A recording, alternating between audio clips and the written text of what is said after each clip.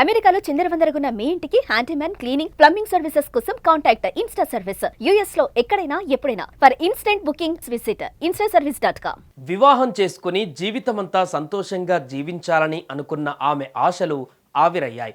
సమాజం గౌరవించే ఓ పోలీస్ అధికారిని పెళ్లి చేసుకొని కూడా ఆ మహిళ కష్టాల పాలైంది. నమ్మి ఒక మనిషి వెంట వెళ్ళినందుకు జీవితాన్నే చీకటి చేసుకోవలసిన పరిస్థితి వస్తుందని బహుశా ఆమె ఊహించి ఉండదు. తనకు జరిగిన అన్యాయానికి ఎలాగైనా పరిష్కారం చూపించమని కనపడిన ప్రతి అధికారిని వేడుకుంది. అయినా ఫలితం లేదు.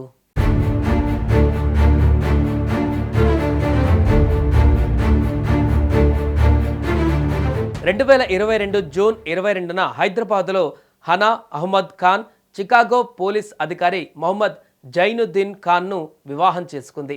వివాహం తర్వాత కొంతకాలం హైదరాబాద్లోనే ఉన్న హనాను వీసా ప్రక్రియ పూర్తయ్యాక 2024 ఫిబ్రవరి 17న అమెరికాకు పంపించారు. చికాగోలోని 6109 కెడ్ వాలే అవెన్యూలో దంపతులు కొంతకాలం కలిసి జీవించారు.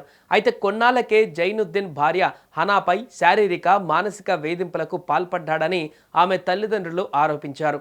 విడాకులు ఇవ్వాలని ఒత్తిడి చేశాడని, సామాజిక గౌరవం కోసం హనా అందుకు నిరాకరించిందని వారు తెలిపారు.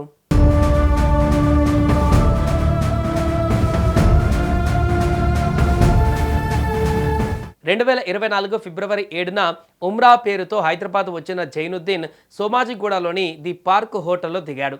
హనాను తన కుటుంబాన్ని కలవమని పుట్టింటికి పంపి గుట్టుచప్పుడు కాకుండా హోటల్ గదిని ఖాళీ చేసి ఆమె passport, green card, social security card, ఆభరణాలను ఎత్తుకొని విమానాశ్రయానికి వెళ్లి పరారయ్యాడు. హోటల్ యాజమాన్యం ఫోన్ చేసి సమాచారం ఇవ్వడంతో హనా ఈ మోసాన్ని గుర్తించింది. మోసపోయినట్టుగా గ్రహించిన హనా పంజాగుట్ట పోలీస్ స్టేషన్లో ఫిర్యాదు చేసింది. హైదరాబాద్ ప్రాంతీయ పాస్పోర్ట్ కార్యాలయంలో కొత్త పాస్పోర్ట్ తీసుకుంది. అయినా దొంగిలించిన పత్రాలు, విలువైన వస్తువులను తిరిగి పొందేందుకు పోలీసుల ప్రయత్నాలు ఫలించలేదు. న్యాయం కోసం హనా తల్లిదండ్రులు కేంద్ర విదేశాంగ మంత్రి జైశంకర్కు లేఖ రాసి తమ కూతురికి న్యాయం చేయాలని, దొంగిలించిన వస్తువులను తిరిగి అప్పజెప్పేలా చర్యలు తీసుకోవాలని కోరారు.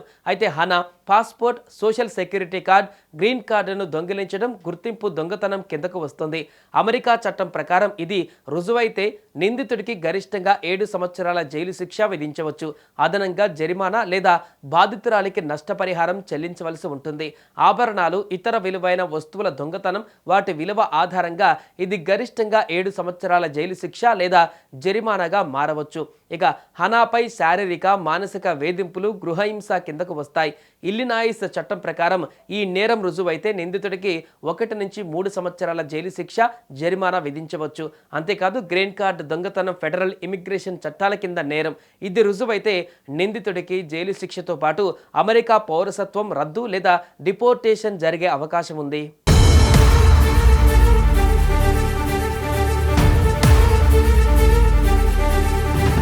ఈ ఘటన స్థానికంగా తీవ్ర చర్చనీయాంశంగా మారింది. అంతర్జాతీయ స్థాయిలో జరిగిన ఈ మోసం కేసులో భారత ప్రభుత్వం, అమెరికా అధికారుల సహకారంతో ఎలాంటి చర్యలు తీసుకుంటుందనేది ఆసక్తికరంగా మారింది. హనా అహ్మద్ ఖాన్కు న్యాయం జరిగే వరకు ఆమె కుటుంబం పోరాటం కొనసాగుతుందని తెలిపారు. హనా అహ్మద్ ఖాన్ జీవితంలో జరిగిన ఈ దుర్ఘటన ప్రవాస భారతీయ మహిళలు ఎదుర్కొనే సవాళ్లను హైలైట్ చేస్తుంది. అమెరికా, భారత చట్టాల ద్వారా ఆమెకు న్యాయం లభించే అవకాశం ఉన్నప్పటికీ ఈ ప్రక్రియ సంక్లిష్టమైనది. ఆమె తల్లిదండ్రుల పోరాటం, కేంద్ర మంత్రి జైశంకర్కు రాసిన లేఖ ఈ కేసుకు అంతర్జాతీయ దృష్టిని తెచ్చే అవకాశం ఉంది. హనాకు న్యాయం జరుగుతుందో లేదో చూడాల్సి ఉంది.